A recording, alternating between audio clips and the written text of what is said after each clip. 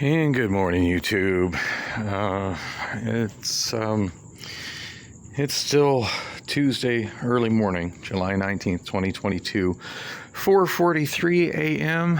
and still no sign of the so-called ex-girlfriend that she been pretending to stay the night here, but no, she's not here. 4:43 a.m. I've been here since, I want to say, around 1:30. Maybe it was closer to 2. But anyway, so oh gosh, so what's going on? Let's see. I did manage to recover my Mint Mobile password and change my Mint Mobile password. You know, it bugs me out. It bugs me that when you go to recover your password, it doesn't simply send you your old password so you can kind of jog your memory and maybe learn it better. It instead forces you to create a new one. And I just need help remembering my old ones until I can learn them, not having to create something all new. And of course, like your typical password thing, oh, look, we got a little void up there. Black cat and a black dark. Yeah, y'all can't see this in the video. I see you looking at me, little kitty. Oh, I scared him. Anyway, yeah, it must have an uppercase and lowercase letters and at least one number and one special character. You know, if I want if it's my password, I should be able to make it whatever the fuck I want. If I want my password to be the number 6, and that is my entire password, that should be my prerogative. It really should be. Yeah, I fucking hate how there's so many things on passwords. And of course, the most frustrating thing is more often than not, even if you have your password, that's not enough to get into shit because they want to do 2-factor authentication and send a code to a text message to your phone, which means that if your phone is dead and you're trying to log in on another device, if your phone that, you know, you receive your text message on is dead, you want to log into another device, then you can't. And if, you know, say, so, you know, it gets lost or stolen, and you know, you've got other devices, well, you can't. And if your service gets shut off for whatever reason, well, you can't. I don't know. Those kind of shit, I know it's all first world problems, but that shit just is so frustrating to me. Anyway, yeah, so created a new password, which I expect I'll probably forget and have to do another password recovery, which of course won't be a password recovery, but rather it'll be another invitation to create another password that I'll surely forget again. And this one was especially difficult for me because there's no way to I saw a white truck coming on the left. Expecting Priscilla to show up, you know, anytime. Tried to set up my old Motorola Droid 4 to record video of my bedroom in hopes that I could maybe catch, you know, if she shows up while I'm on this walk. I actually have video footage of her climbing in bed and trying to pretend like she's been there all night. So I could see what time that happened.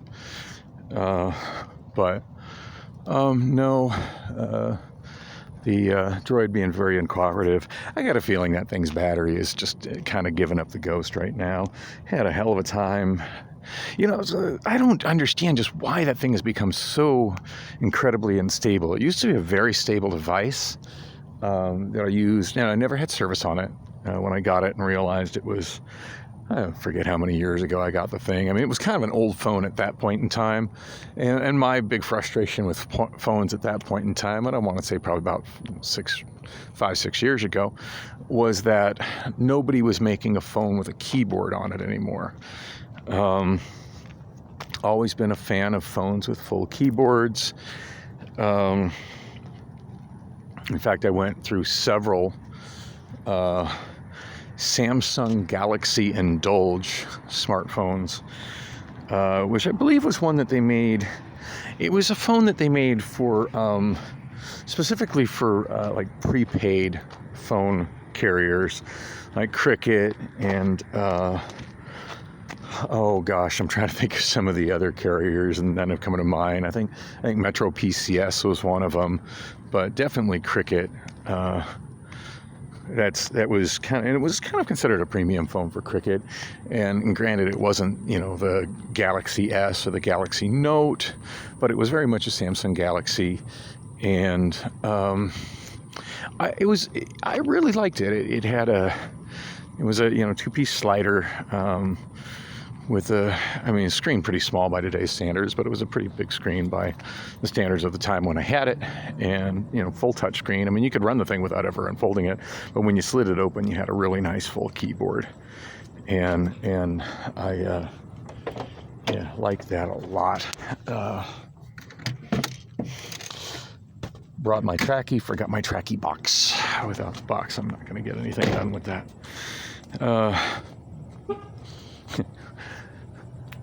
I wonder if one of these houses are getting surveillance and me coming back and forth to my car. They probably going to wonder what the hell is going on with me. But you know what? On-street parking is available for anybody who has valid registration on their car. So guess what? Strangers can park in front of your house, people. Deal with it. Anyway, gosh, I expect this phone's probably going to run out of space soon, which sucks. I would love to get video of her actually driving up.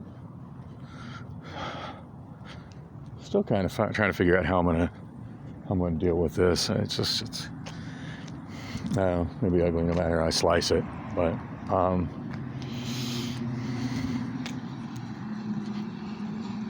ooh, that person's brakes sound terrible. You hear the brakes grinding. Grind. It's disturbing how many people drive vehicles that are just not properly maintained. Like, seriously, how safe is that vehicle when its brakes sound like that, But hey, those are the kind of vehicles you share the road with. Anyway, so gosh, what was I going to say? So yeah, I was hoping I could use the kind of inconspicuously set the droid somewhere to record goings on in my room, but it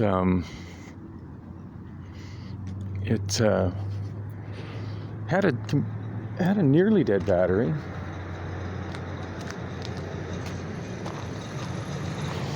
It had shut off. I was acting like it had shut off from having a completely dead battery. I don't know if I shut it off. I'm not sure. Anyway, when it took forever to boot. When it finally booted, it said it had a 15% battery. And then the micro USB charger I usually use to charge it with, it didn't seem to be recognizing that and taking a charge from it, which is weird. There's nothing wrong with that charger. Like, I plugged that charger into the trackie and it made the red light come on the trackie, so presumably that's charged up with it. And also I've been using it to charge my earbuds. I put my earbuds on it and it's charging that right up. So that's the charger I've been using for it, but I don't know, it's just acting like it wasn't getting a charge from it.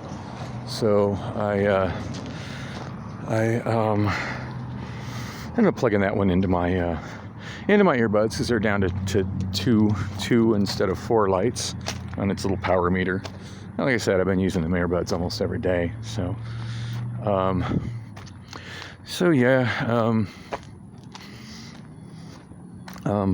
plugged in the earbuds, and then I've got another micro USB cable that I've been using in the car, my little car charger, to charge the droid, and that's working just fine with it.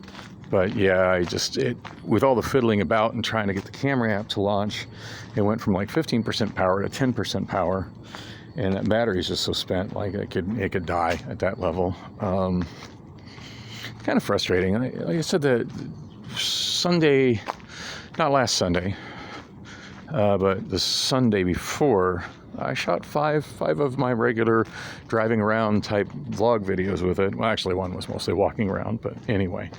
and it did a fabulous job at doing that.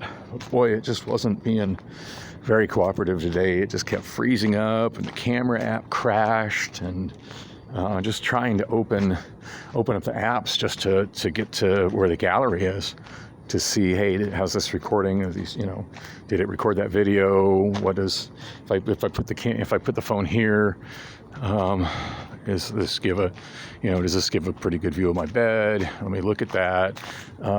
And it completely crashed a couple times just trying to open the damn gallery. So I don't know when that thing became so unstable.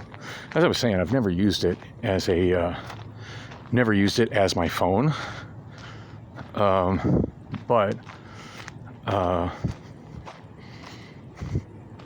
But prior to using it, and the reason was when I bought it because I really wanted a phone with keyboards, and just simply nobody was making a phone with keyboards anymore. And I had continued to use my Samsung Galaxy Indulge long after that was a current model. Absolutely happy with it. I mean, it did everything I needed. Even though it was becoming kind of an older version of Android, all the apps that I used still worked just fine. All the apps that I used at that time, and we're talking like 6 years ago, all the apps I used just fine, and had a couple browsers on it, which I think that was kind of before Chrome was such a thing. But the browser I used on it the most, there was a Samsung had its own browser, and I used that. But the one I seemed to use most was, I believe, the first mobile, first web browser for Android to feature tabbed browsing. It was called Dolphin, which I've never talked to anybody else that's ever used a Dolphin browser, but I love the Dolphin browser on that thing. It worked really good. And I mean, I never kept the amount of tabs that I keep open nowadays in Safari on the iPhone, or in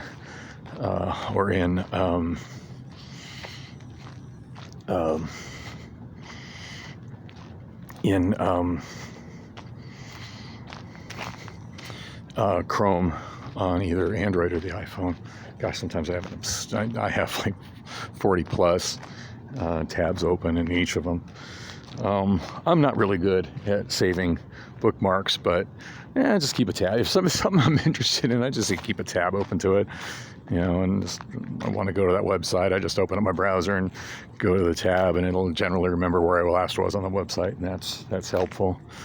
I never kept that many tabs open on Dolphin, but I did use that browser quite a bit.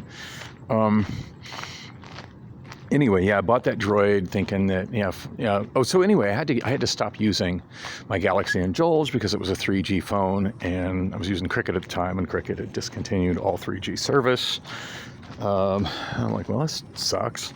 I kept getting extra text messages. Hey, you are using a device that will no longer have service on X date. You must upgrade your device. I'm like, yeah, you people suck. So much for backwards compatibility.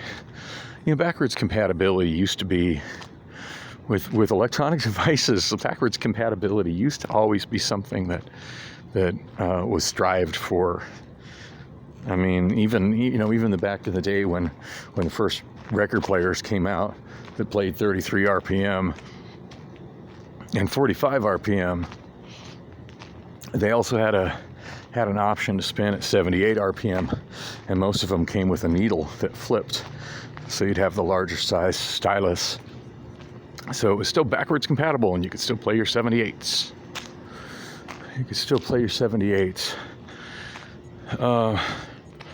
It's occurred to me that if she rounds that corner, I don't want her just driving right towards me.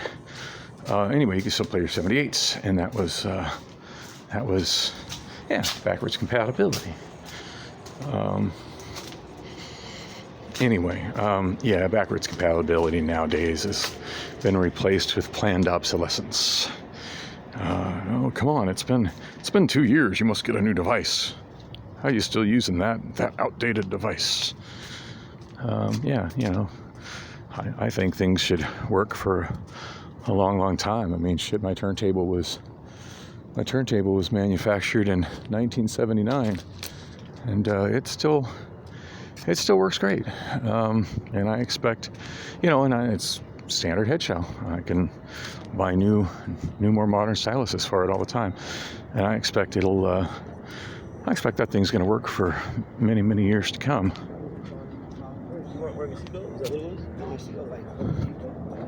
I expect to have it working for many years to come. But yeah, boy, nowadays, especially with mobile devices and computing devices, it's all about the planned obsolescence. Although I do get, where the wireless networks are coming from, where, how long can you expect them to leave a legacy network like 3G up when there's only so much bandwidth spectrum available? So I can kind of see it from both angles, but it's just still really frustrating when devices that are still functioning great devices are no longer usable. And don't get me started. Don't get me started on the FCC eliminating NSTC or NTSC, analog TV. I'm still pretty bitter about that. Wonder if that's Priscilla. Nope, that's a pickup truck. Some stuff in the back.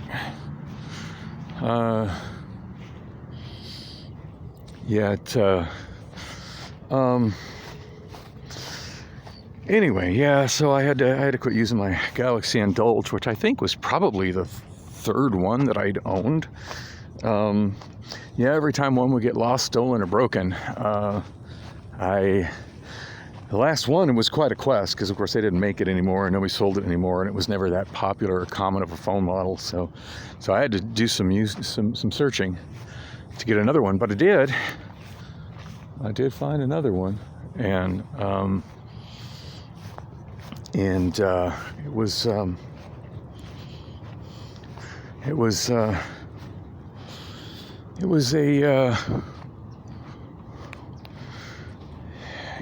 I just continued to use that until the point where Cricket wasn't supporting it anymore. And at that point, I was really frustrated. And I ended up getting a really good deal on a Samsung Galaxy. Oh shit, I forget the name of it. It was basically it was basically designed to look like a Galaxy S, but with way lower specs, particularly in the amount of RAM on board, non-memory on board. Now I think I got an ant biting my goddamn toes.